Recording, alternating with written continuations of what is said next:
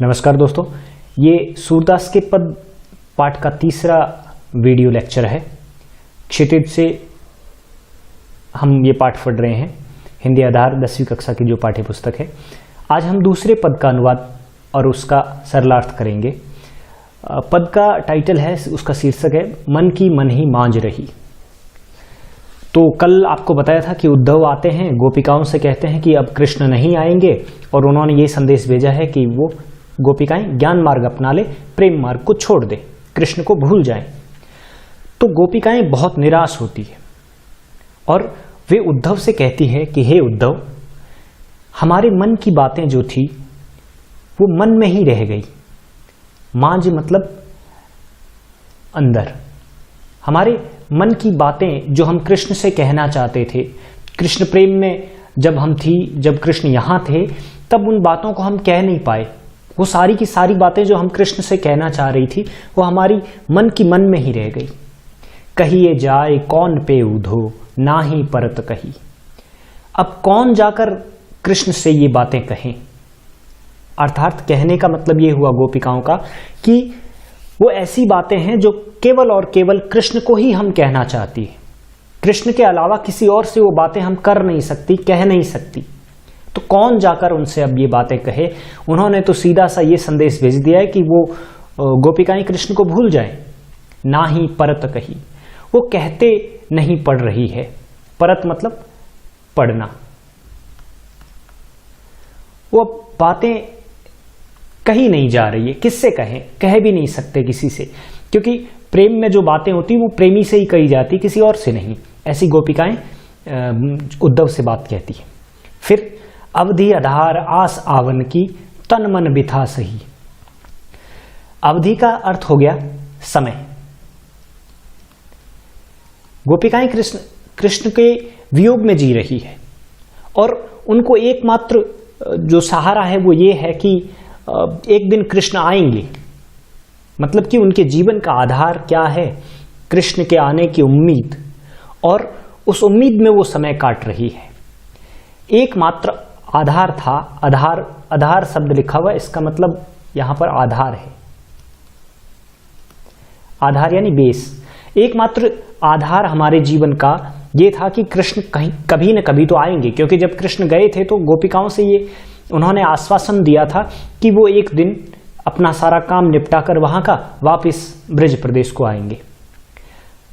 वो आधार भी अब टूट गया है, क्योंकि कृष्ण ने ही तो ये संदेश भेजा है कि वो अब नहीं आएंगे। और ये जो व्यथा है, व्यथा मतलब व्यथा। व्यथा का अर्थ होता है दुख। इस दुख को हम तन और मन से सहन कर रही है कि कृष्ण नहीं आएंगे। और इतने दिन हम इस दुख को सरलता से सहन कर रही थी कि कभी न कभी तो कृष्ण आएंगे, कभी न कभी तो हमारे अच्छे दिन आएंगे जब कृष्ण वापस लौट कर आ जाएंगे। लेकिन अब तो उन्होंने ही मना कर दिया है कि अब वो नहीं आने वाले। अब वो प्रेम मार्ग की जगह उद्धव के द्वारा जो उपदेश दिए जा रहे हैं उन्हें अपना ले। अब इन जोग संदेशनि सुनि सुनि, बिरहिनी बिरह दही। अब ये जो बातें कृष्ण तुम्हारे माध्यम से कह रहे हैं कि प्रेम मार्ग को छोड़ दें, मुझे याद करना छोड़ दें और उसकी जगह योग मार्ग को अपना ले, भगवान के भजन करें, उस परमात्मा को स्मरण करें जिसका कोई रूप आकार नहीं है, जो निराकार है। ये योग की बातें सुन सुनकर, ये योग के संदेश सुन सुनकर हम बिरहिनी, बिरह में जल रही है। दही शब्द जो है वो बना है दहन से, और दहन का मतलब होता है जलना, टू बर्न।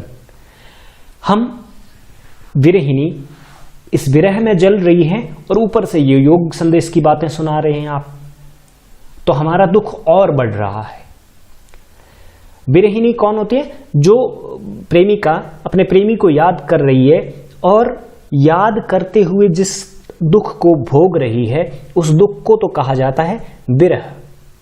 ठीक, किसी से बिछुड़न की स्थिति, किसी से अलग होने की स्थिति जो होती है ना, अलग होकर के दुख सहन करने की स्थिति, उसको विरह कहते हैं। और इस दुख को जो सहन करने वाली होती है वो आत्मा विरहिनी कहलाती है। अगली पंक्ति में उद्धव से गोपिकाएं क्या कहती है? चाहती हुती गुहार जित ही ते। गुहार का अर्थ है पुकार, किसी को बुलाना, किसी को पुकारना। जब हम दुख में और कष्ट में होते हैं तो भगवान को याद करते हैं, भगवान को पुकारते हैं। या जब हमें कोई चोट लग जाती है तो मुंह से अचानक शब्द निकलता है, ओए माँ, ये गुहार है, ये पुकार है। तो गोपिकाएं क्या कह रही है? चाहती हुती गुहार जित ही तैं उत तैं धार बही। जैसे कोई दुख में पानी में डूब रहा है, मान लीजिए उदाहरण के तौर पर, और वो डूबते डूबते किसी को आवाज लगाता है बचाने के लिए, लेकिन जिस तरफ मुंह करके वो आवाज लगाता है उसी तरफ से अगर पानी की एक और जोरदार धार बहे और उस धार के कारण वो और डूब जाए व्यक्ति, यही स्थिति गोपियों की हुई है। गोपियां कह रही है कि हमें सिर्फ और सिर्फ कृष्ण से ही उम्मीद थी कि वो हमें बचा लेंगे, लेकिन अब क्या हुआ, जहां से हमने हमारे बचाव की उम्मीद थी वहीं से ये योग का संदेश आया है। अर्थात कृष्ण ने ही खुद कहा है कि वो उसे भूल जाएं और इसकी जगह वो योग मार्ग को अपना ले। सूरदास अब धीर धरहि क्यों मर्यादा न लही। सूरदास के माध्यम से गोपिकाएं कहती है कि अब हम धैर्य क्यों धारण करें। धीर मतलब धैर्य। अब हम क्यों धैर्य धारण करें? क्योंकि कृष्ण ने मर्यादा ही तोड़ दी है। मर्यादा शब्द बना है मर्यादा से, ठीक। कृष्ण ने उस मर्यादा को ही तोड़ दिया है। कौन सी मर्यादा? कैसी मर्यादा? प्रेम की मर्यादा। और प्रेम की क्या मर्यादा होती है? प्रेम की मर्यादा होती है कि जब हम किसी से प्रेम करें तो सामने वाला भी हमसे उतना ही प्रेम करे या उस प्रेम का सम्मान करे।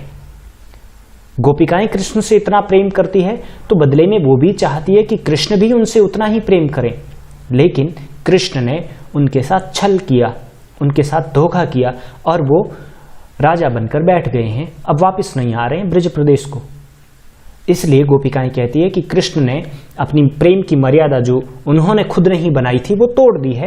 अब हम क्यों धीर धारण करें, क्यों धैर्य धारण करके बैठ जाएं, बल्कि ये जो हमारे मन के भीतर जो चल रहा है वो इतना दुखदायी है कि हम ये सोच रहे हैं कि इस दुख को सहन करते करते ही अपने को समाप्त कर लें।